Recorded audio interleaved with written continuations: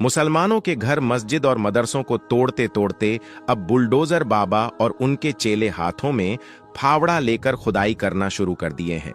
मुद्दों से भटकाने के लिए अब यह लोग दरगाहों की खुदाई की मांग कर रहे हैं। यहां तक कि हिंदुस्तान की सबसे पुरानी और सबसे बड़ी दरगाह पर मंदिर होने का दावा कर बैठे। दोस्तों, आज से करीब 800 सालों पहले भी एक हिंदू राजा आप ख्वाजा गरीब नवाज को वहां से हटाने की कोशिश की थी और उसने आप ख्वाजा गरीब नवाज के पीछे एक पागल हाथी को लगा दिया। और फिर उस हाथी के साथ क्या हुआ, आइए जानते हैं। लेकिन दोस्तों, उससे पहले आप वीडियो को लाइक करने के साथ ही अपने 5 दोस्तों को जरूर शेयर करें ताकि सबको इस करामत के बारे में पता चल सके, और कमेंट बॉक्स में या मोइन हक मोइन जरूर लिखें। दोस्तों, यह वाकया है ख्वाजा गरीब नवाज रहमतुल्लाही अलैह और एक पागल हाथी का। आपने अपनी करामत से एक पागल हाथी को पत्थर बना दिया था।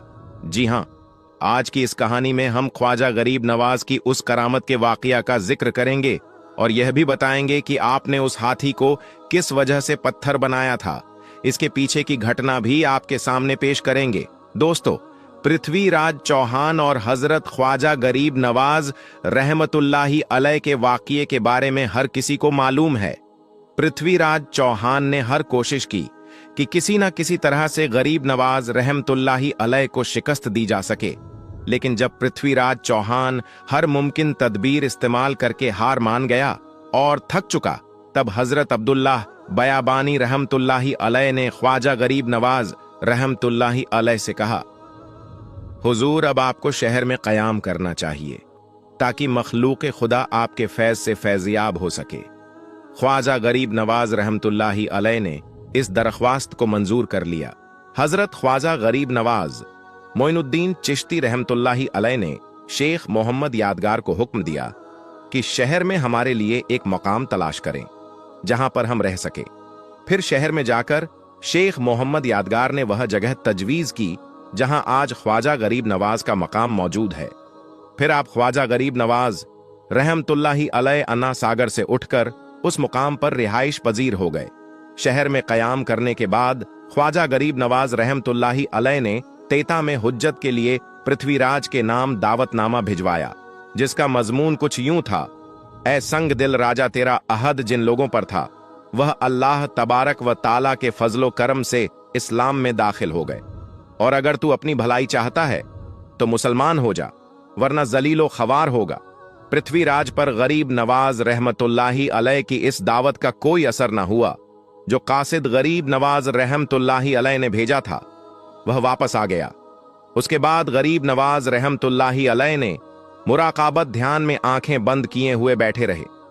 फिर गरीब नवाज रहमतुल्लाही अलैह ने आंखें खोलकर फरमाया, अगर यह शख्स अल्लाह तबारक व ताला पर ईमान ना लाए तो इसे जिंदा गिरफ्तार कर लिया जाए और इसे इस्लामी लश्कर के हवाले कर दिया जाए।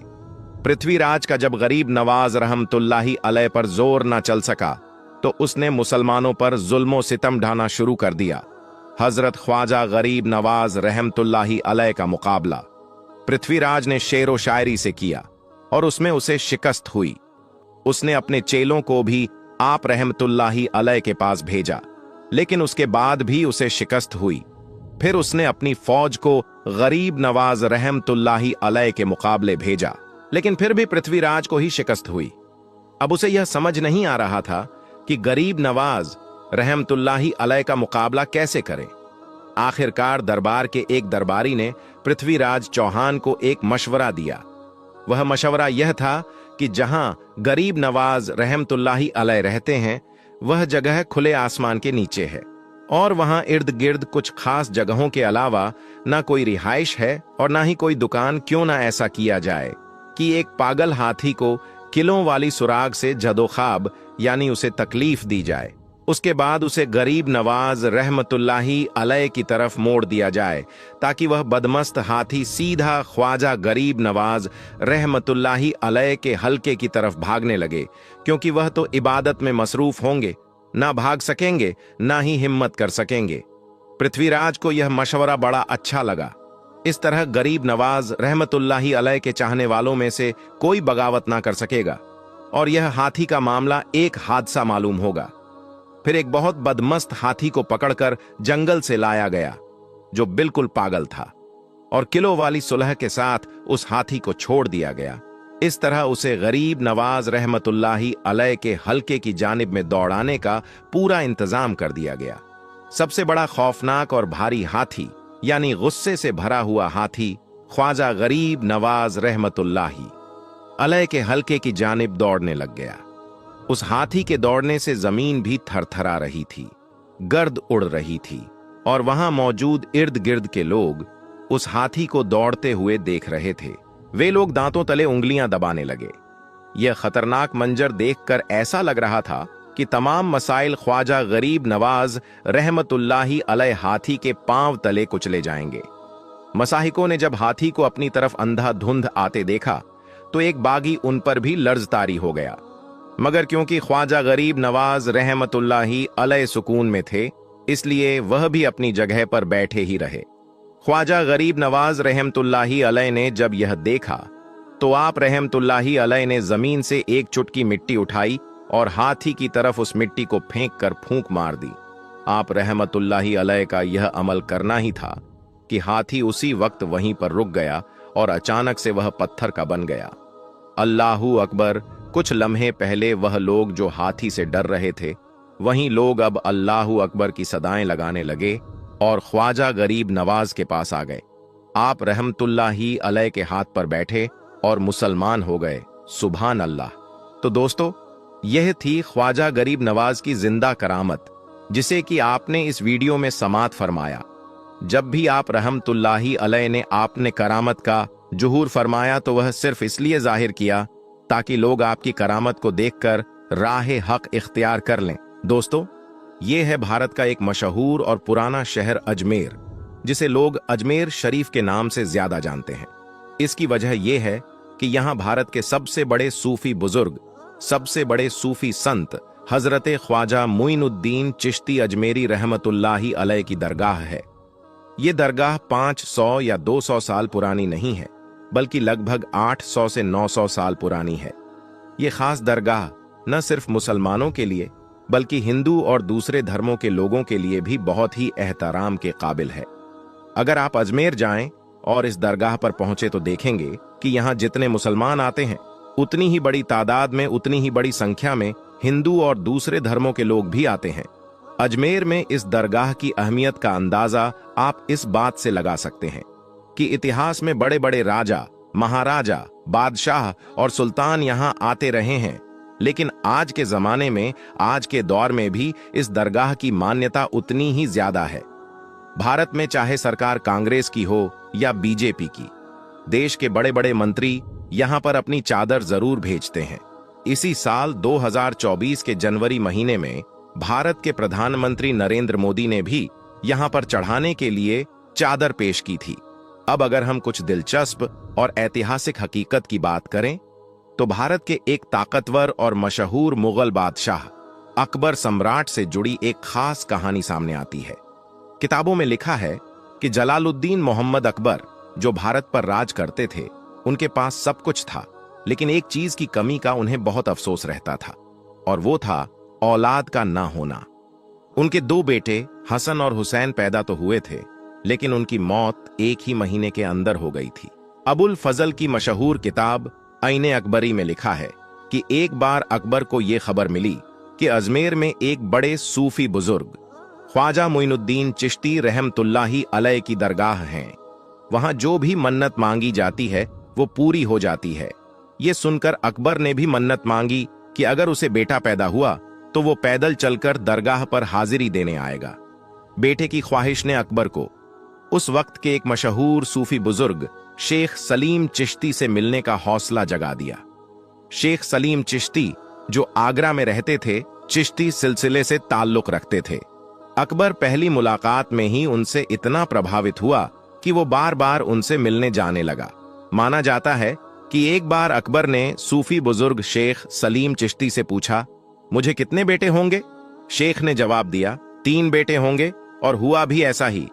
कुछ साल बाद अकबर का पहला बेटा पैदा हुआ।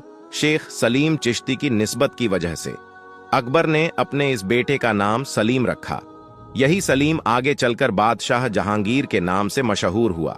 मेरे दोस्तों, पार्वती शर्मा ने अपनी किताब N intimate portrait of a great Mughal Jahangir में एक दिलचस्प किस्सा लिखा है।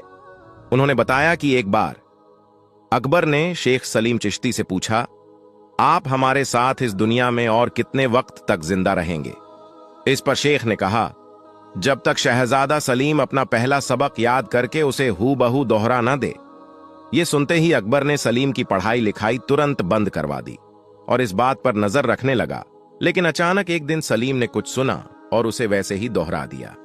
इसके बाद शेख सलीम चिश्ती की तबीयत खराब होनी शुरू हो गई और कुछ दिनों में उन्होंने इस दुनिया को अलविदा कह दिया।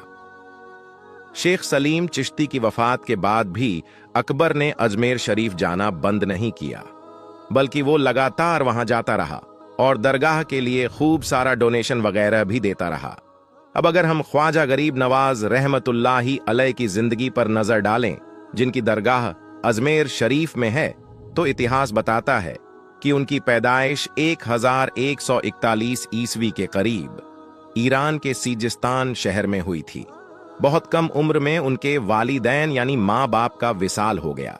इसके बाद ख्वाजा मुइनुद्दीन चिश्ती सूफी इज्म यानी सूफी जिंदगी से बहुत प्रभावित हो गए। बाद में उन्होंने बुखारा का सफर किया, जो उस वक्त दुनिया का एक बड़ा व्यापारिक केंद्र था। आज के वक्त में यह शहर उज्बेकिस्तान में है। यहां पर उनकी मुलाकात चिश्ती सिलसिले के सूफी बुजुर्ग हजरत ख्वाजा उस्मान हारूनी से हुई। ये ख्वाजा मुइनुद्दीन चिश्ती के सबसे बड़े उस्ताद यानी टीचर बने। दोनों ने साथ में मक्का और मदीना का सफर भी किया। ऐसे ही सफर के दौरान ख्वाजा मुइनुद्दीन चिश्ती को एक ख्वाब में पैगंबर हजरत मोहम्मद सल्लल्लाहु अलैहि वसल्लम का दीदार हुआ और उनकी तरफ से ही इनको हिंदुस्तान के दिल्ली जाने का हुक्म दिया गया। यहीं से उनका हिंदुस्तान का सफर शुरू हुआ। माना जाता है कि 12वीं सदी के आखिर में ये दिल्ली पहुंचे और फिर अजमेर गए।